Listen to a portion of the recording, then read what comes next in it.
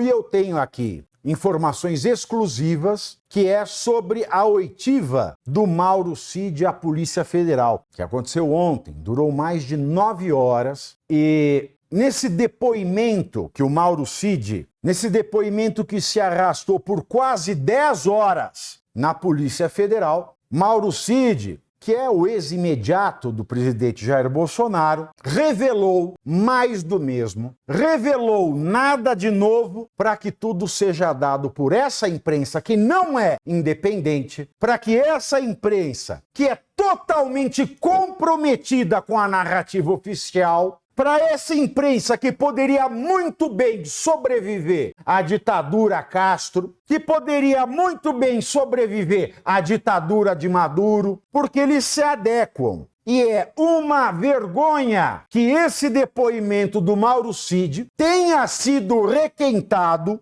e o que realmente interessa não tenha sido abordado. Você está prestando atenção no que eu estou falando? Porque tem muita gente que fala: agora vai ler a bala do Bolsonaro. Não vou. O que eu vou falar aqui tem tudo a ver com aquilo que eu falo desde 2017. O que eu vou falar aqui agora tem tudo a ver com o que eu falo desde sempre com relação à Lava Jato. A Lava Jato que no dia 17, na semana que vem, ela faria aniversário de 10 anos. Não faz porque morreu. Morreu.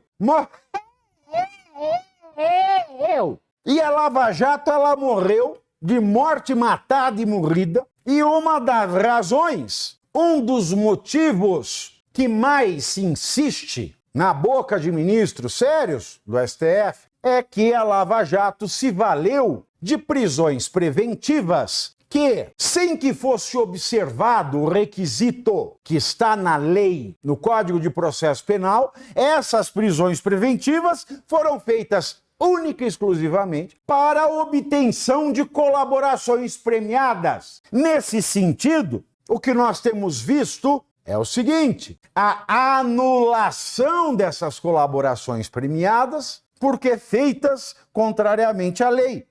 E quando a gente chega no caso do Mauro Cid, a gente vê que o STF, em particular, isso todos estão carecas de saber, o ministro Alexandre de Moraes, em particular o ministro Alexandre de Moraes. Por que o ministro Alexandre de Moraes? Porque ele é o juiz, ele é o magistrado, ele é o ministro do STF que se diz competente para autorizar ou não autorizar todos os procedimentos que envolvem a questão ligada ao chamado golpe de Bolsonaro e, portanto, foi ele quem mandou prender preventivamente o Mauro Cid e mandou soltar. Mas mandou prender por quê? Existia o que no direito processual penal se chama de fumus commissi delicti, a fumaça de ele ter cometido um delito. Existia? Existia. Mas a lei processual penal, além desse requisito, que é o fumus commissi delicti, ele exige um outro, cumulativamente. Ou seja, não é um ou outro, são os dois juntos, ao mesmo tempo, tem que coexistir. Além do fumus commissi delicti, é o periculum in libertatis. Tinha periculum in libertatis? Não! Nenhum!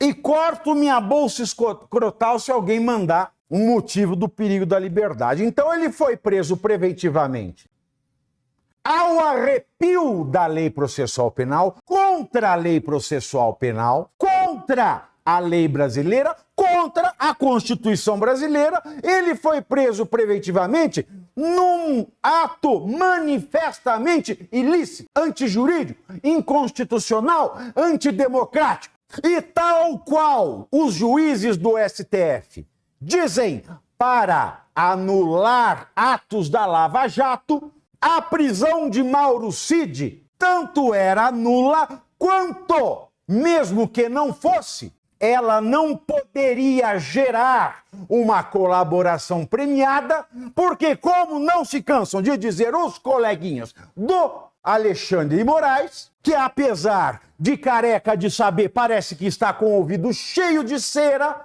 porque não quer escutar, não quer ouvir, o Mauro Cid não poderia fazer um acordo de colaboração premiada, especialmente tendo sido preso preventivamente. E, estando preso preventivamente, o que é pior, sem o requisito processual penal, dúplice, vai-se embora ao critério, o requisito da voluntariedade, porque uma pessoa presa, sem razão legal, para que dê uma colaboração premiada, para que faça uma delação, e fazendo a delação ela é posta para fora, como aconteceu no Mauro Cid, isso equivale ao que outros ministros, como, repito, Gilmar Mendes, Toffoli, Lewandowski, Barroso, chamam de tortura. Pau de arara do século XXI, coisa de pervertido. E esta frase, coisa de pervertido, é uma frase do ministro Gilmar Mendes, a se referir àqueles que, no Poder Judiciário, e o Alexandre de Moraes